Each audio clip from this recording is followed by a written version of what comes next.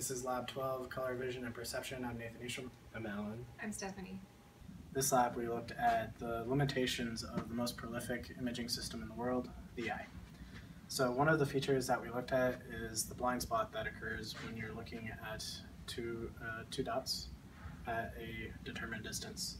This occurs because at the back of the eye we have the optic nerve where blood vessels and other things come into the eye. Another issue that occurs other than the blind spot in our vision comes from our binocular view. This is known as parallax, and comes from the displacement of our two eyes. Since the eyes are slightly displaced, you see the image from two slightly different viewpoints.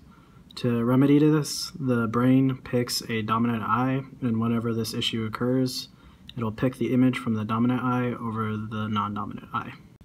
The center of our vision is not only the highest resolution portion, but also the most sensitive to changes in light. This is due to the integration times of rods versus cones. As you can see, rods, it takes about 100 milliseconds, and cones, it's 10 to 15 milliseconds, and you can see the difference in the cycles per second those result in. In practice, we get a little bit lower cycles per second than the integration time suggests, since our brain has to process all of that. Later on, you'll see the results of what we obtained in lab for our flicker frequency response. To determine your dominant eye, you use a piece of paper with a hole. You open both your eyes and then try to look at the target through the hole. Then you close one eye at a time, and whichever that eye is still open and allows you to see the target would be your dominant eye. So normally you wouldn't be able to tell which one is your dominant eyes because your brain cannot distinguish the perception. So that's why I use this tube that allows you to separate the visions from each eyes.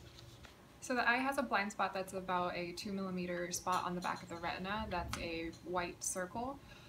We can confirm that this blind spot does actually exist by creating a target where we have a X and a dot. And to demonstrate that we actually have this blind spot, we can close one eye and look at the target, and the dot will disappear. This is a standard vision acuity chart that you'd see in most doctors' offices. So the way that you use these is there's a line that is 20/20, and at 20 feet away these letters cover 5 arc minutes. The thickness of these lines are all about 1 arc minute so that you can discern the entire letter. Stephanie had the best vision, being able to read the 2010 line. I had the second best vision, being able to read the 2013. Alan had the worst vision, only being able to read the 2020 line. So for this part of the lab, we wanted to record the critical flicker frequency of 3 LEDs, red, green, and blue. For this, we increased the frequency until we saw the frequency of the LEDs go from a flickering to continuous light. We noticed that for increasing our voltage, we were able to have a higher CFF, and here is our data. At the lower voltages, we had a lower CFF, and this increased with our increasing voltage up to 4 volts.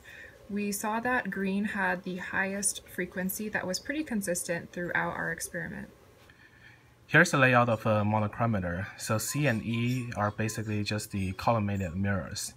When the white light incident on D, which is the diffraction gratings, it diffracts light into different wavelengths. And only one wavelength of color will come out at each time from F, which is the exit slit. So we use a grating monochromator to determine the short and long wavelength limit of our eyes.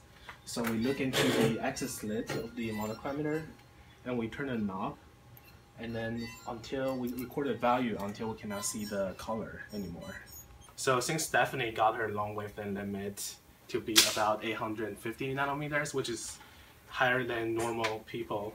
So to check whether the monochromator is working correctly, so first we change the color to red. Then since the wavelength range for red is about 620 to 700 nanometers, we check whether the given value from the monochromator is matching the expected values. While this lab was mostly looking at the technical limitations of the eye, we also looked at the disconnect between what we see or observe and what is actually seen, such as this image.